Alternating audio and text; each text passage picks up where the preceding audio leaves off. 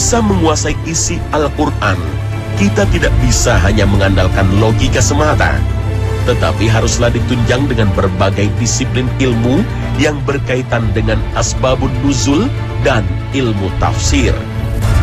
Untuk bisa memahami asbabun nuzul dan ilmu tafsir, maka kita harus mengetahui bahasa Arab terlebih dahulu dengan baik dan benar secara kaidah bahasa.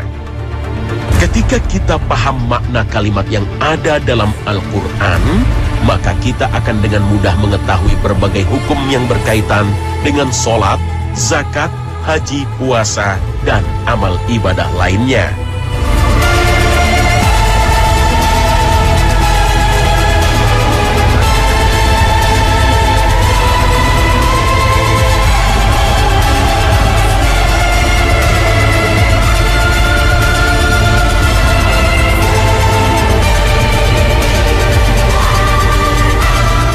Dalam perkembangannya, bahasa Arab terbagi menjadi dua bagian besar, yaitu Arab Selatan dan Arab Utara.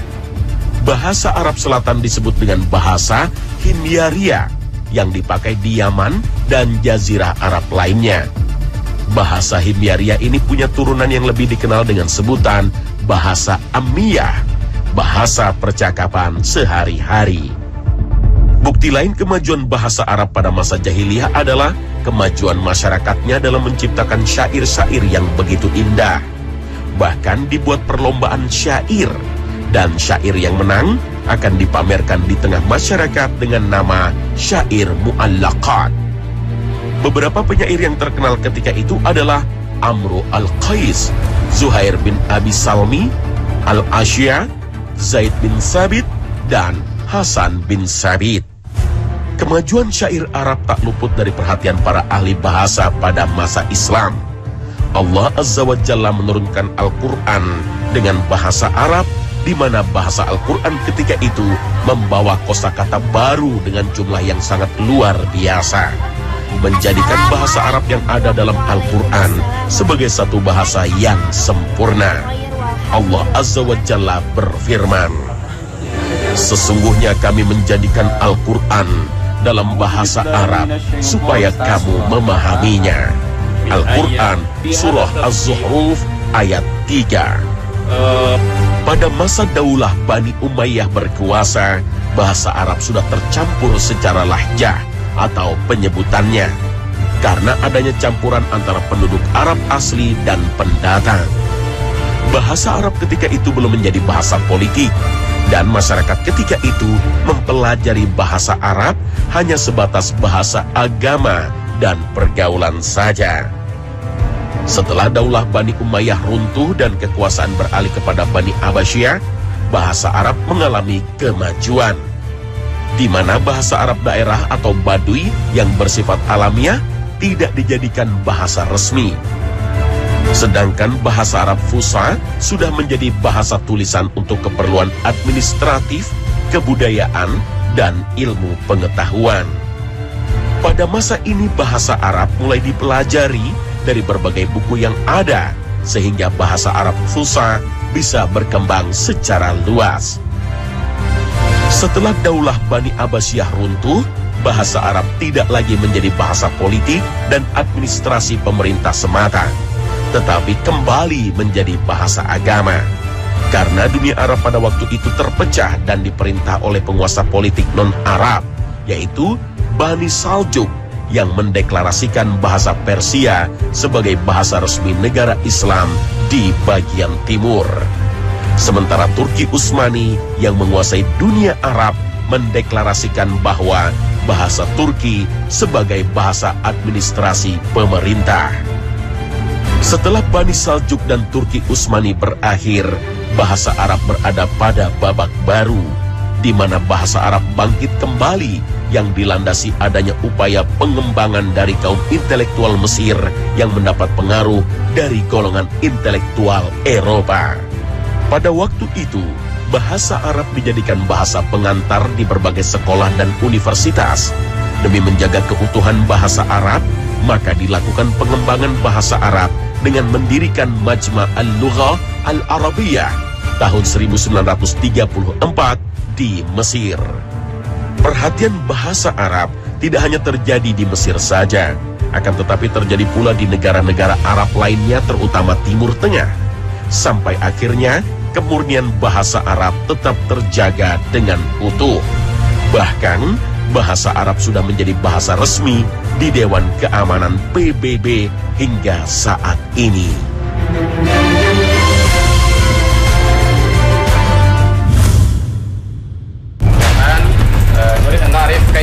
Bahasa Arab memang sebuah bahasa istimewa, sehingga Allah Azza wa Jalla berkenan berbicara kepada umat manusia dengan bahasa ini lewat Al-Quran Al-Karim.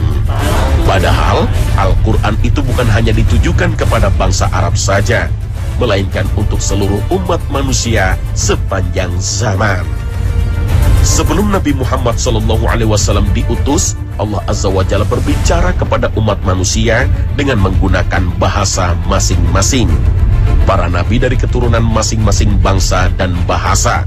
Sebagaimana firman Allah Azza wa Jalla, "Kami tidak mengutus seorang rasul pun, melainkan dengan bahasa kaumnya, supaya ia dapat memberi penjelasan dengan terang kepada mereka." Al-Quran Surah Ibrahim ayat 4. Namun, khusus untuk Nabi terakhir, Allah Azza wa Jalla telah menetapkan sebuah kebijakan. Di antara kebijakannya adalah Nabi terakhir itu benar-benar Nabi yang diutus untuk terakhir kalinya. Artinya, tidak akan ada lagi Nabi sampai hari kiamat. Nabi terakhir itu hanya memiliki satu bahasa dan kitab suci, di mana bahasa yang dipilih Allah adalah bahasa Arab. Inna anzalnahu Qur'anan Arabiyyan la'allakum ta'qilun.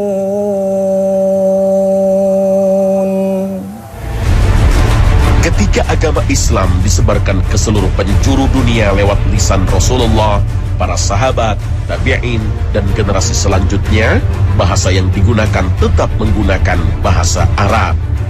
Banyak di antara para ulama yang menulis berbagai kitab dengan bahasa Arab, meskipun tidak lahir di negeri Arab, sehingga bahasa Arab dijadikan sebagai bahasa pemersatu umat Islam di seluruh dunia. Para pakar bahasa menyebutkan bahwa bahasa Arab mempunyai beberapa keutamaan dan keistimewaan yang tidak bisa ditandingi oleh bahasa lain. Bahasa Arab adalah bahasa yang digunakan oleh para nabi, di mana sejak Allah menciptakan Nabi Adam sebagai utusannya, Nabi Ibrahim, Nabi Ismail, hingga Nabi Muhammad SAW, maka bahasa yang dipakai untuk menyebarkan risalah kenabiannya, akar bahasanya adalah bahasa Arab. Bahasa Arab juga menjadi bahasa induk dari semua bahasa manusia.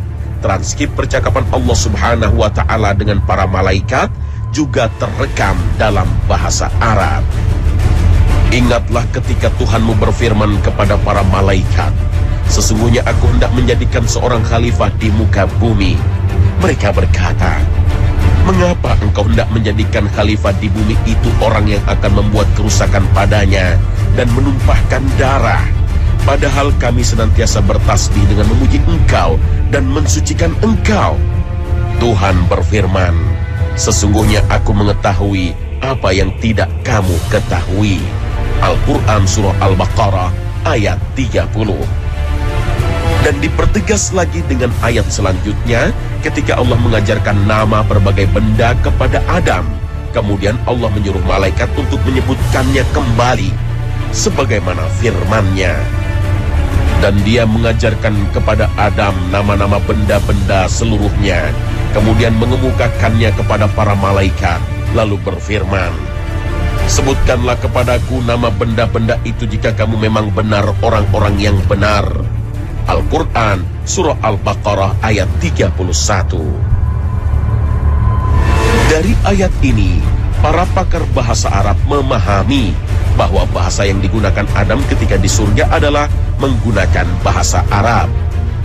Dan demikian juga ketika Nabi Adam turun ke bumi, masih menggunakan bahasa Arab dalam berkomunikasi.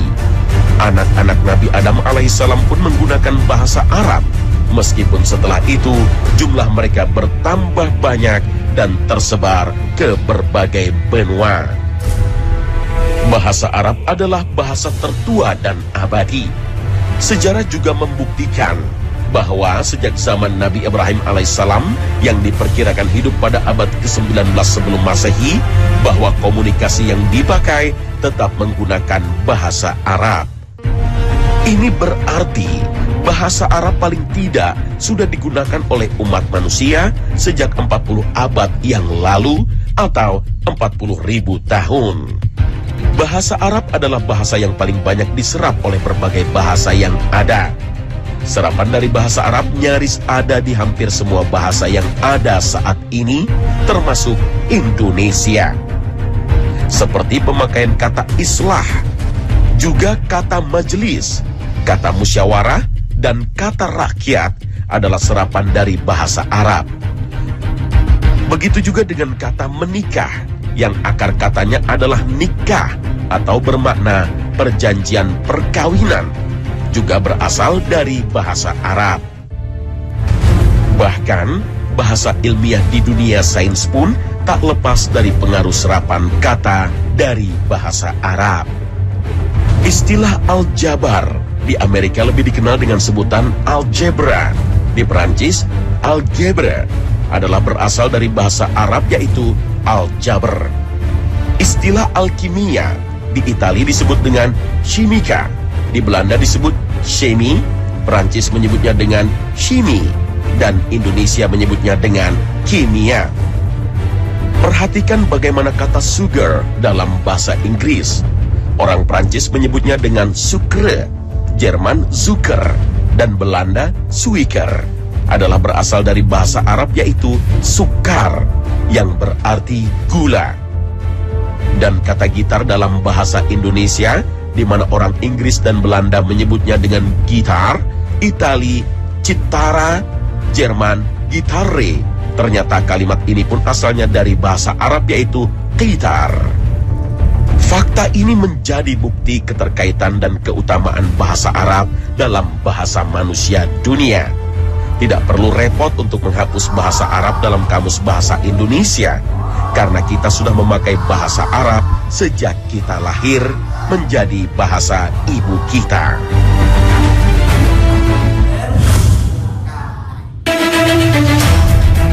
Al-Quran turun dalam situasi di mana bahasa dan sastra Arab jahiliyah berada dalam puncak kejayaan yang gilang gemilang.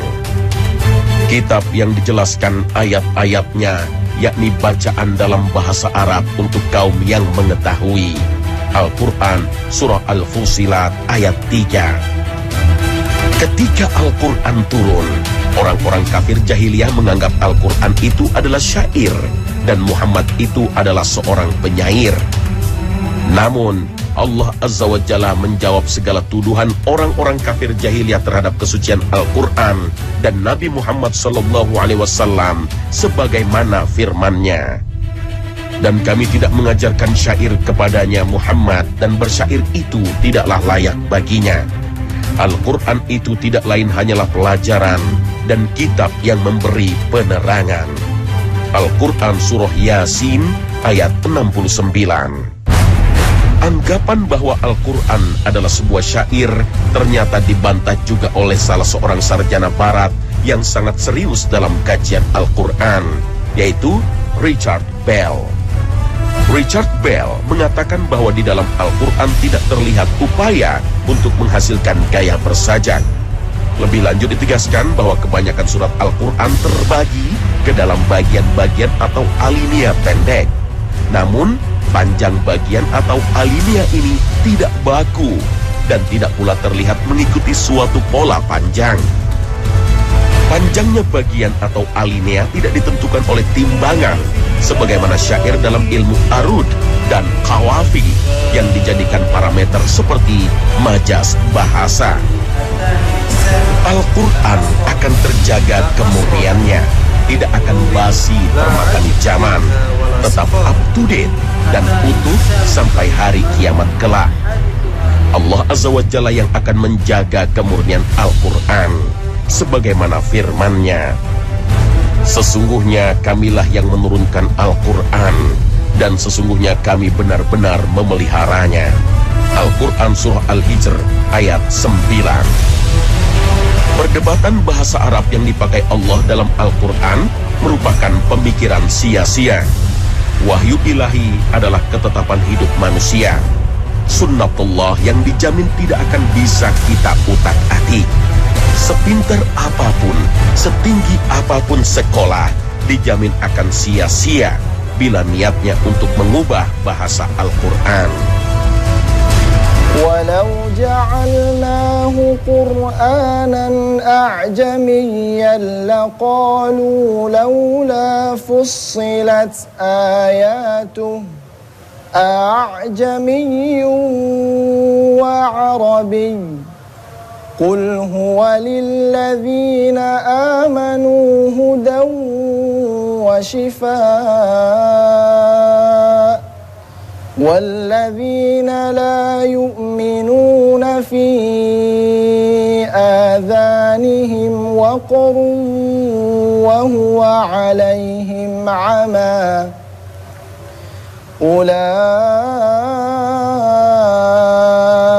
ينادون من مكان بعيد. Ibnu Jarir menjelaskan, ketika orang-orang Quraisy berkata, mengapa Al-Quran tidak diturunkan dalam bahasa ajam atau asing? Maka Allah menurunkan surat Fussilat ayat ke-44 sebagai jawaban kepada mereka. Namun, sekalipun Al-Quran diturunkan bukan dalam bahasa Arab, pasti mereka akan menolak dan meminta perincian terlebih lanjut tentang susunan bahasa asing dan bahasa Arab. Allah Azza wa Jalla sudah mengetahui daya kritis manusia yang menyebabkannya mampu mengkritisi apapun, termasuk agama dan kitab suci. Manusia modern masa kini nan pintar itu akan terus memperselisihkannya, sebagaimana yang terjadi pada kitab Taurat Nabi Musa alaihissalam dan nasib kitab Injil Nabi Isa alaihissalam yang memiliki versi lain. Lihatlah Umar bin Khattab, sosok manusia keras sebelum masuk Islam yang terkagum ketika mendengar surat Toha. Dia meyakini bahwa yang dibacanya bukan syair karena maknanya begitu indah.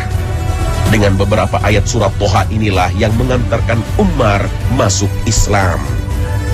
Inilah hak prerogatif Allah Azza wa Jalla yang menunjukkan kemurahannya dan sekaligus sebagai anugerah untuk umat Islam seluruhnya.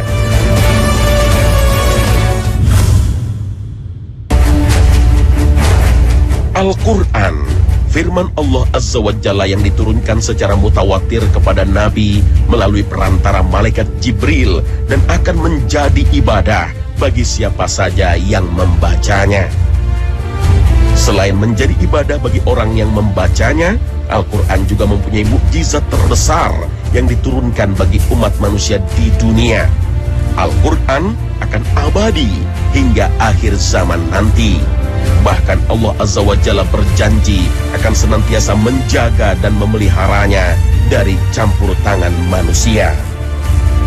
Imam Al-Qurtubi dalam tafsirnya Al-Jami'ul Ahkam li Quran menyebutkan bahwa di antara mukjizat Al-Quran adalah susunan redaksinya yang begitu indah, gaya bahasa atau uslubnya yang dalam, pengaruhnya yang begitu besar terhadap bahasa Arab, pemberitaan tentang berbagai peristiwa yang telah berlalu dan yang akan datang, serta terbuktinya janji-janji yang ada di dalam Al-Quran.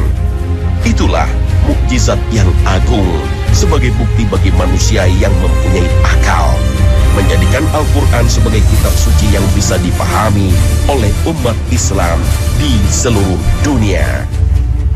Namun dalam memahami dan menafsirkan Al-Quran tidak cukup dengan akal atau logika saja.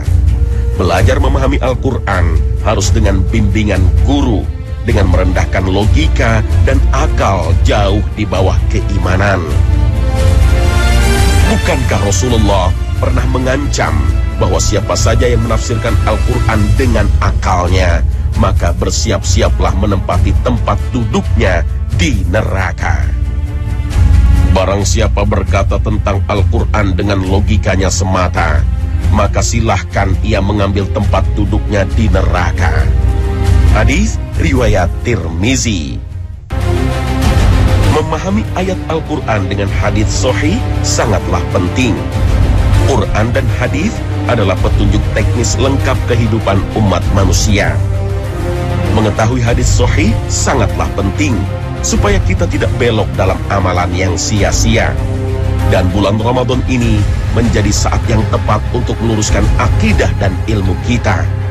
Hindari amalan yang sia-sia, karena Allah Azza wa Jalla menurunkan Al-Quran kepada Rasulullah tidak lain supaya diterangkan maksudnya kepada semua manusia. Bulan Ramadan adalah bulan yang di dalamnya diturunkan Al-Quran sebagai petunjuk bagi manusia dan penjelasan-penjelasan mengenai petunjuk itu dan pembeda antara yang benar dan yang batil. Karena itu barang siapa di antara kamu ada di bulan itu, maka berpuasalah. Dan barang siapa sakit atau dalam perjalanan dia tidak berpuasa, maka wajib menggantinya sebanyak hari yang ditinggalkannya itu pada hari-hari yang lain. Allah menghendaki kemudahan bagimu dan tidak menghendaki kesukaran bagimu. Hendaklah kamu mencukupkan bilangannya dan mengagungkan Allah atas petunjuknya yang diberikan kepadamu agar kamu bersyukur. Al-Quran Surah Al-Baqarah ayat 184.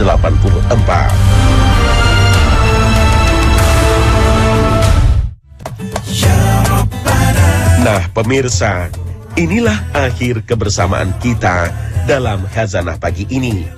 Semoga dengan tayangan ini ada sebuah keinginan yang kuat untuk mempelajari bahasa Arab. Karena gramatika bahasa Arab adalah modal awal untuk kita dalam memahami Al-Quran. Mohon maaf atas kesalahan kata dalam episode ini. Akhirul kalam, terima kasih atas perhatian Anda. Barakallahu fikum. Wassalamualaikum warahmatullahi wabarakatuh.